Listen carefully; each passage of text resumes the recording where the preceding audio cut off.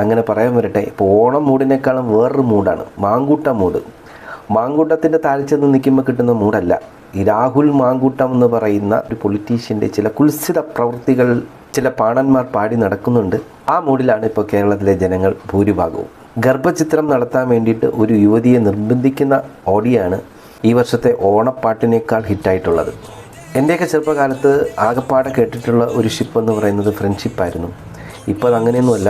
ഫ്രണ്ട്ഷിപ്പിനേക്കാൾ മുകളിലായിട്ട് living together റിലേഷനുണ്ട്, situation ഷിപ്പുണ്ട്, ടെക്സ്റ്റേഷൻ ഷിപ്പുണ്ട്, container ഷിപ്പുണ്ട്. ഈ ഷിപ്പിലൊക്കെ കയറുന്നവരും പോകുന്നവരും ബന്ധപ്പെടുന്നവരൊക്കെ അറിഞ്ഞിരിക്കേണ്ട ഒരു പ്രധാനപ്പെട്ട നിയമമാണ് മെഡിക്കൽ ടെർമിനേഷൻ പ്രഗ്നൻസി ആക്ട്. ഒരു സ്ത്രീയുടെ ഗർഭാവസ്ഥയിൽ അവരുടെ ഭ്രൂണത്തിന് 20 ആഴ്ച വരെ പഴക്കമുണ്ടെങ്കിൽ മറ്റാരുടെയും സമ്മതം വാങ്ങാതെ ഒരു രജിസ്റ്റേർഡ് മെഡിക്കൽ പ്രാക്ടീഷണർ വഴി അബോർഷൻ നടത്താം. എന്നാൽ ഈ വയറ്റിലുള്ള ഭ്രൂണം 20 മുതൽ 24 ആഴ്ച ആയിക്കഴിഞ്ഞാൽ കോടതിയുടെ ഉത്തരവോടുകൂടി മാത്രമേ അബോർഷൻ നടത്താൻ പറ്റുള്ളൂ.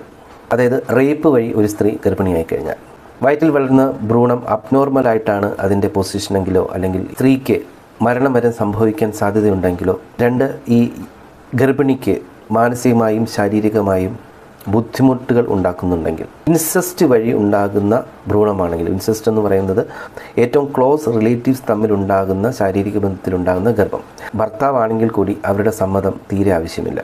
പ്രായപൂർത്തിയാവാത്ത കുട്ടിയുടെ ഗർഭമാണ് അലസിപ്പിക്കുന്നതെങ്കിൽ രക്ഷകർത്താക്കളുടെ സമ്മതം ആവശ്യമാണ്.